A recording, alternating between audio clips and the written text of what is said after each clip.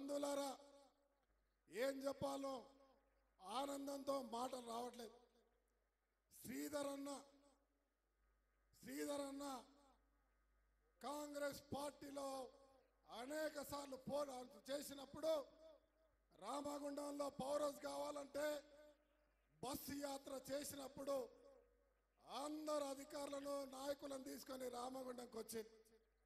నేను వేనన్న దీక్ష చేస్తే జీవన్ రెడ్డి గారు ఇక్కడున్న శాసనసభ్యులు ఆ రోజు ఉన్న నాయకులందరూ కూడా దీక్ష చేశారు. మరి వారు ఎంబడుండి నన్ను ప్రోత్సహిస్తూ ఇక్కడ కాంగ్రెస్ గెలవాలి, 34 సంవత్సరాల్లో కాంగ్రెస్ గెలవలేదు అని వారు చెప్తా ఉంటే బట్టి గారి పాదయాత్రలో ఊరును వదలొద్దు, వాడను వదలొద్దు, ఇల్లు తిరగాలి, ప్రజలకు దగ్గరగా ఉండాలని వారు చెప్పిన సలహా అదే మాదిరిగా రాష్ట్ర ముఖ్యమంత్రి రేవంత్ రెడ్డి గారు కూడా ఈ ప్రాంతాన్ని వదిలేస్తేనే ఈ నాయకుడు సలహా మేరకు ఎప్పటికప్పుడు మాకు అండగా ఉన్న శ్రీధర్ బాబు గారి యొక్క సలహాతో మరి కష్టపడి తిరిగితే ఈ ప్రాంత సమస్యలన్నీ చెప్పినప్పుడు నేనున్నానని ప్రభుత్వం వస్తే అన్ని పనులు చేపిస్తామని చెప్పిన శ్రీధర్ అన్న ఇలా ప్రతిరోజు శాసనసభ్యుడిగా ఎన్నుకున్న తర్వాత ఈ ప్రాంతానికి కావలసిన అభివృద్ధి పనులలో దాంతో పాటు రామగుండంలో 1x800 కావాలి,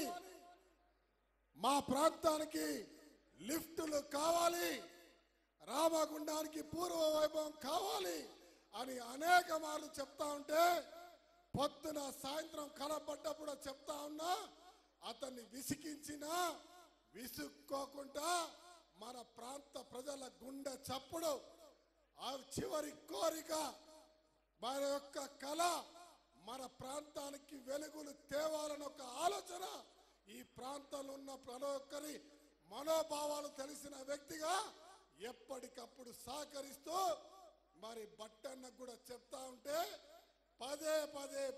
పదే వారికి చెప్పి ముఖ్యమంత్రి గారికి చెప్పి ఈ రోజు వారి నాయకత్వంలో పాదయాత్ర అప్పుడు అనేక మార్లు చెప్పిన మాటలు మరి మాట ఇస్తే మడమ తిప్పని మనిషిగా ఈ రోజు మన రామగుండానికి స్వయంగా వచ్చి రామగుండంలో 1x800 8,000 కోట్ల ప్రాజెక్టు ఈ ప్రాంత ప్రజలకు ఈ రోజు కానుకగా ఇచ్చిన చరిత్రాత్మకమైన రోజుగా మనమందరం పండుగ చేసుకోవాల్సిన అవసరం ఉందని చెప్తా ఉన్నా. మన అందరి పరిగా వారికి నిజంగా చెప్పాలా, మన గుండెల్లో దేవుళ్ళుగా మన ప్రాంతంలో శాశ్వతంగా దేవుళ్ళుగా ఉండిపోతారు. దీని భాష సరిపోదు.